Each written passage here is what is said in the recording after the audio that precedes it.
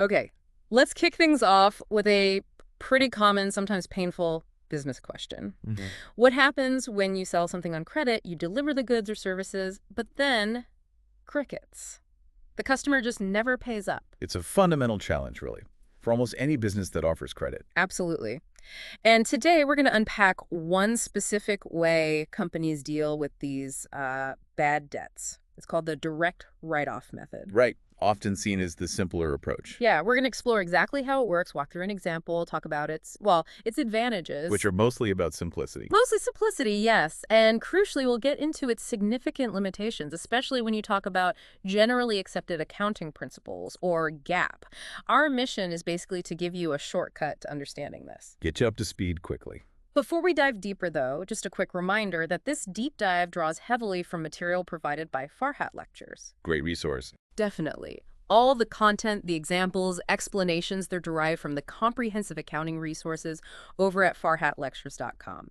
So whether you're an accounting student, maybe studying for the CPA exam, or already a professional, check out the website. Hmm. They've got extra practice questions, video lectures, lots of support to really cement what we talk about today. Big thanks to Professor Farhat for making this material available. Absolutely. So our goal here is to really clarify this direct write-off method. Highlight its simplicity, sure, but also make those distinctions from other accounting practices crystal clear. Right. And it does bring up that interesting question right away. Why spend time learning a method that, isn't always compliant with the main accounting rules? Exactly. It's a fair question. So let's set the scene a bit. Quick refresher.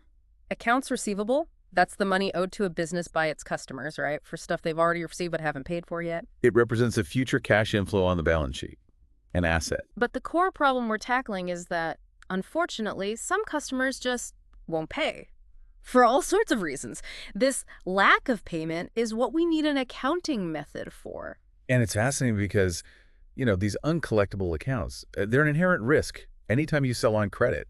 It's just part of the deal, Unavoidable, really. pretty much. Yeah. And how a company accounts for them has a direct ripple effect on its financial statements. Get it wrong, and you could be misleading people about the company's health. Okay, so that brings us back to the direct write-off method. It's one specific tool in the toolbox for handling these uncollectibles. And like we said, often seen as the most straightforward. Straightforward, yes. Mm. But understanding the mechanics and the bigger picture implications, that's essential for anyone serious about accounting.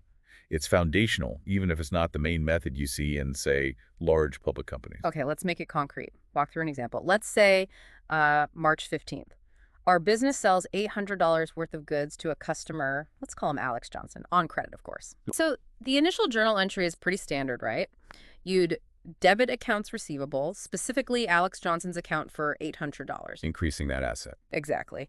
And you'd credit sales revenue for $800. Record the income earned.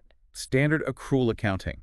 You've earned the revenue, even if cash hasn't changed hands yet. Right. But here's where it gets, well, interesting, or maybe frustrating for the business. Alex just doesn't pay his bill. Uh-oh. The company tries to collect, the drill phone calls, emails, maybe formal letters, perhaps even involving a lawyer or collection agency. All those collection efforts cost time and money, too. Good point. But eventually, after all that, the company leadership has to make a judgment call. They conclude, based on the evidence, that Alex will not pay. And that judgment is key here. It's not automatic. No, it's definitely a judgment. Companies might have policies like maybe after 6 months of non-payment or a year, or if the customer files for bankruptcy. But at the end of the day, someone decides, okay, this $800 is uncollectible. And once that judgment is made, from an accounting perspective, that $800 accounts receivable asset on the balance sheet, it's essentially worthless now. Right. And thinking bigger picture, the sales revenue you initially recorded back in March, since no cash ever came in, it wasn't really a complete sale in the end, was it? Not in terms of actual financial benefit. So what does this mean for the books? You got to remove that $800 receivable. It's not an asset anymore. This is the write-off part of the direct write-off method. Exactly. So the journal entry to do this is you debit an account called bad debt expense for $800. Recognizing the cost, the loss. And you credit accounts receivable Alex Johnson's specific account for $800. Reducing the receivable asset to zero. And the immediate impact. That uncollectible receivable is gone from the books.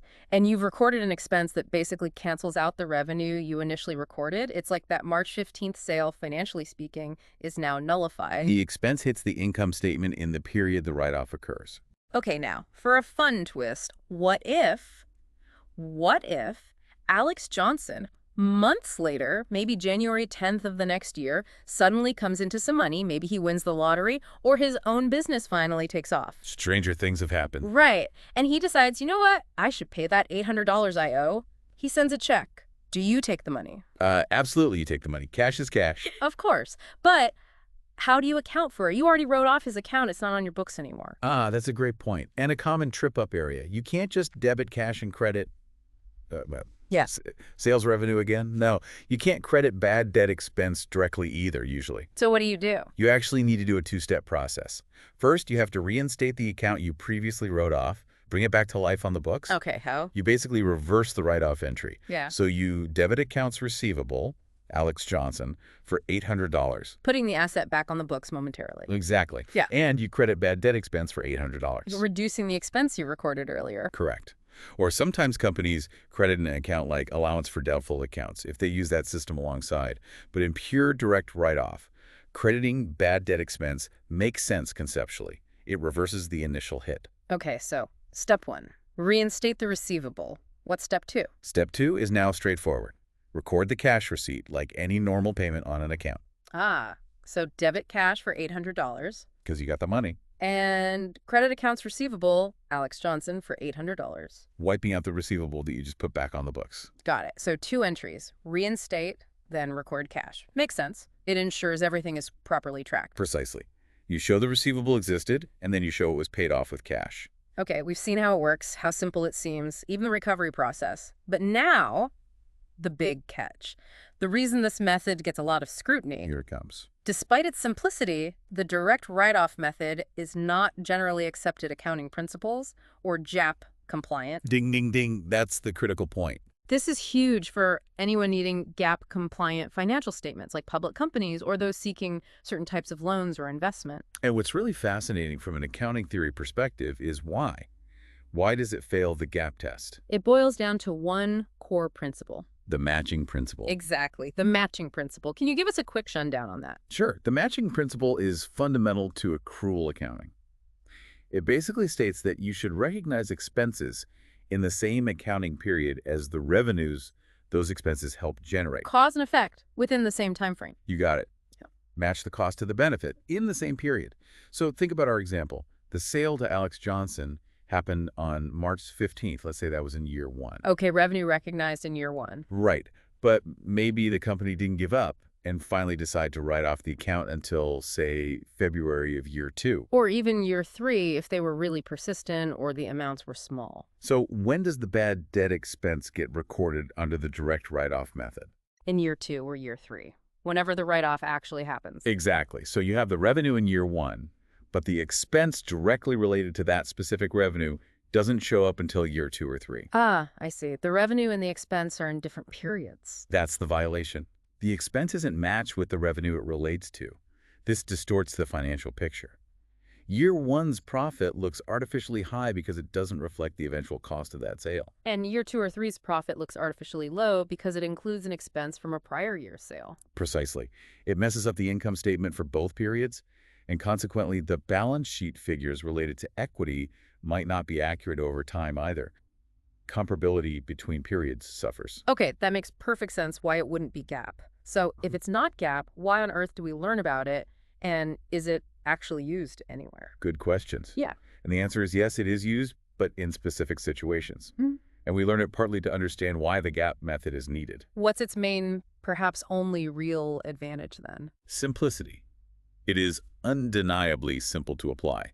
No estimates, no complex calculations up front. You just wait and react. And that simplicity makes it appealing sometimes. So where do we see it used in practice? Well, one major area is for tax purposes.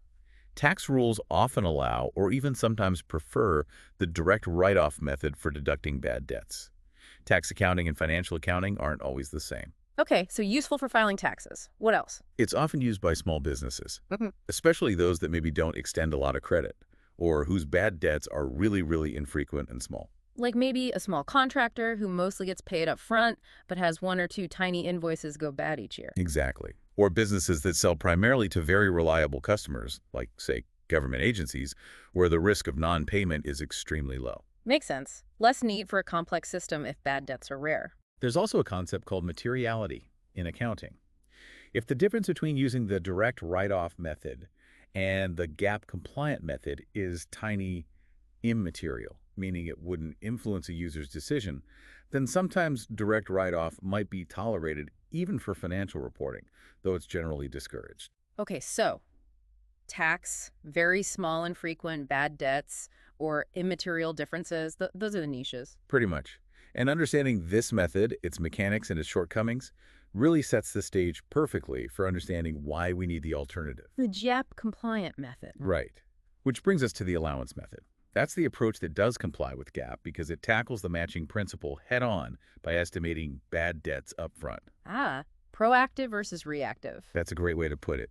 The allowance method tries to anticipate and record bad debt expense in the same period as the sales revenue. Okay, we'll definitely need to dive into the allowance method in a future session, unpack how those estimates work and all that. For sure. It's the standard approach you'll see most often in practice for financial reporting. But for today, the key takeaway really is direct write-off, simple, used for tax and sometimes small businesses, but not GAAP because it violates matching. Allowance method equals GAAP compliant.